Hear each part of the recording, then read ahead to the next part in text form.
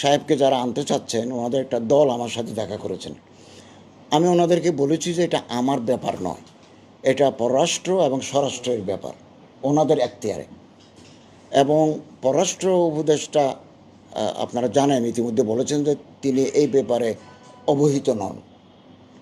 তো কোনো বিদেশি মেহমান যখন কোনো দেশে আসে এটা পররাষ্ট্র এবং স্বরাষ্ট্র ডিল করে থাকে, ওনাদের সিদ্ধান্ত নিতে হবে ওনার ব্যাপারে।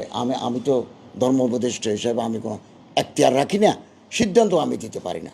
এটা দেবেন স্বরাষ্ট্র, কোনো ল অ্যান্ড অর্ডার জড়িত কিনা বা পররাষ্ট্র যিনি আছেন তিনি দেবেন কিনা, এগুলো ওই দুই মন্ত্রণালয়ের ব্যাপার, আমার এখতিয়ারে আসে না। না, আমার সম্মতি অসম্মতি বড় কথা নয়। কোনো মেহমান বাংলাদেশে আসবেন সেটা দেখভাল করবেন স্বরাষ্ট্র এবং পররাষ্ট্র। আমার পছন্দ অপছন্দ বড় কথা নয়, ওনারা যদি পারমিট করেন তাহলে তিনি আসবেন। ধন্যবাদ আপনাদের সবাইকে।